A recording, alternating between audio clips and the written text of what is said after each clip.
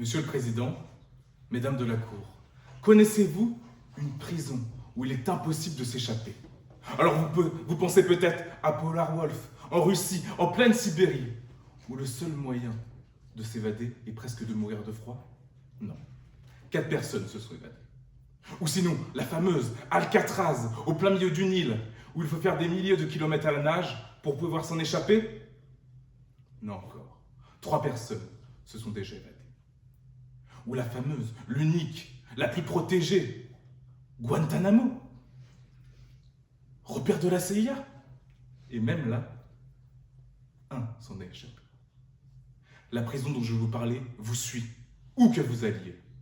Vous ne pouvez la fuir. Elle est celle de l'esprit.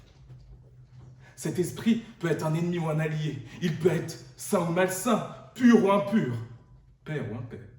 Mais sachez qu'il peut vivre en vous. Tel un parasite, il s'accroche à sa proie et peut même la diriger. Alors au début, la relation est plutôt agréable. Les deux êtres se rencontrent et ont tous les deux un intérêt de vivre ensemble. Tel Eddie Brock dans Venom, ou plutôt Venom dans Eddie Brock. Une relation secrète. Le trouble, lui, va vivre dans l'esprit de l'autre. Et l'autre commence à avoir des capacités assez exceptionnelles. Les super pouvoirs de Monsieur M sont les mathématiques. Il le sait, il le sent, il le voit, que son trouble lui donne des capacités, le rend unique. Seulement, Monsieur le Président, tout a un prix. Le parasite en lui commence à en avoir un peu marre d'être au second plan. Alors petit à petit, il prend le contrôle de son hôte. Sans le savoir, Monsieur M a vendu son âme. Son parasite le réduit au rang de chiffre, le chiffre 7. Tel un esclave marqué au fer rouge, son trouble le déshumanise. Tel le code noir, des règles lui sont soumises. 1, 3, 5, 7, 9 sont les actes voulus par le maître. 2, 4, 6, 8, 10 sont les actes proscrits par celui-ci.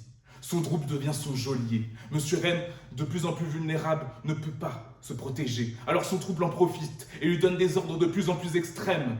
Il le torture en jouant avec son hôte. Jacques a dit 8, tu quitteras ta famille. Jacques a dit 6, tu détesteras les gens. 5, Jacques a dit 4, tu les insulteras. Pourtant un jour, il rencontre Madame Éanti. Il ressent pour elle un amour qu'il n'a jamais connu. Tel un ange qui arrive dans le ciel, il voit en elle la clé pour pouvoir sortir peut-être de sa cellule. Monsieur le Président, vous vous rendez compte? C'est la seule qui ne voit pas comme un chiffre, tel le Christ.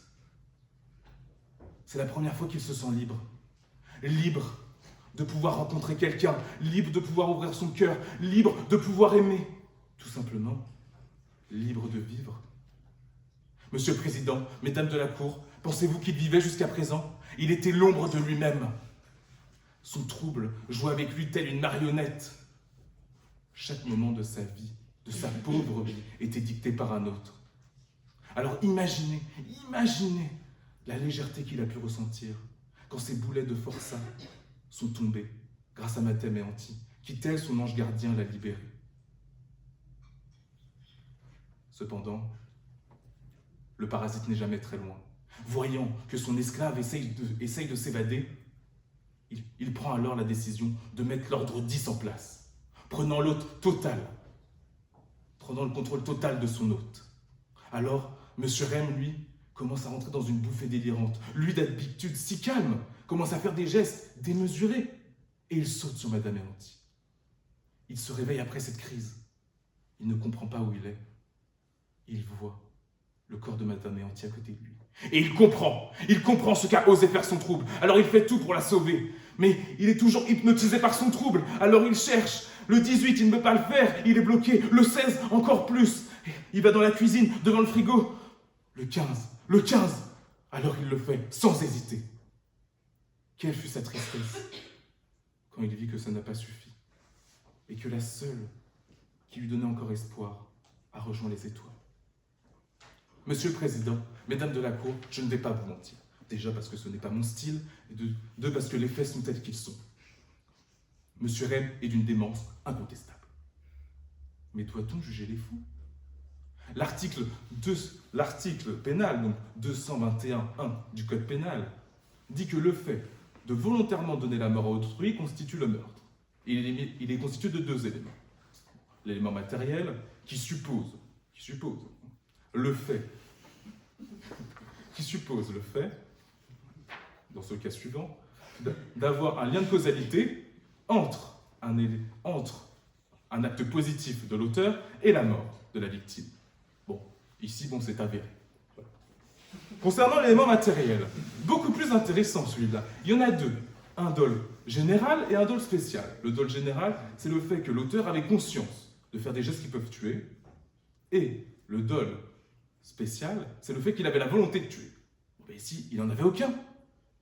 Et Monsieur le Président, son propre esprit était en train de le posséder. Comment pouvait-il savoir? Comment pouvait-il avoir conscience? Imaginez-vous que votre propre esprit vous trompe.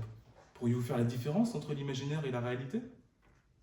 En ce sens, l'article 121.1, alinéa 1er du Code pénal, rend irresponsable toute personne au moment des faits qui a un trouble psychique ou neuropsychique qui a aboli le discernement et le contrôle de ses actes. Monsieur Rem n'est pas un autarquin idéaliste, comme ces personnes se disant licorne, orque, et qui, comme ça, on ne sait pas pourquoi. Monsieur Rem n'est pas tout simplement barge, et Madame le procureur devrait le savoir. Il est malade, complètement malade. Au moment des faits, il est atteint de perte de contrôle à la réalité, d'hallucinations auditives et sensorielles. Il est atteint d'une réalité qu'il ne peut éviter et de troubles du comportement et de la pensée. Ce qui s'approche, sans avancer, à la schizophrénie quand même. En ce sens, un arrêt du 12 avril 2016, rendu par la chambre criminelle de la Cour de cassation, a rendu irresponsable une personne ayant les mêmes troubles après expertise médicale. Monsieur le Président, même si c'est dommage, je ne suis pas médecin. Bon, j'ai fait quelques années en BTS de technologie de contrôle, mais je ne vais pas vous embêter avec ça. Ma question est la suivante. Où sont les expertises médicales? Nous sommes en cour d'assises. Pas d'expertise médicale, pas d'expertise psychologique, pas d'expertise psychiatrique. Quel beau triptyque.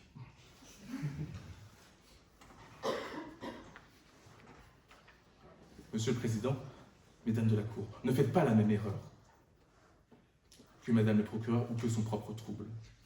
Aujourd'hui, je ne défends pas un chiffre, je défends un homme qui a tout fait pour sauver la femme de sa vie, un homme qui a déjà été condamné 2 fois par son trouble, la première fois d'être un esclave à perpétuité, et la seconde de voir sa femme mourir devant lui. J'en veux à l'assassin de Madame Erranti. Nous devrions tous en vouloir à la même personne, son trouble. C'est son trouble qui a tout fait pour qu'elle ne survive. C'est son trouble qui l'a étranglée. C'est son trouble qui l'a tuée. Et Monsieur Rem, lui, a tout fait, Monsieur le Président, pour qu'elle survive. Monsieur le Président, Mesdames de la Cour, c'est pour ça que je vous demande l'acquittement de Monsieur Rem, et aussi de enfin lui donner les soins dont il mérite, sur le fondement de l'article 706-135 du Code de procédure pénale. Monsieur le Président, Mesdames de la Cour,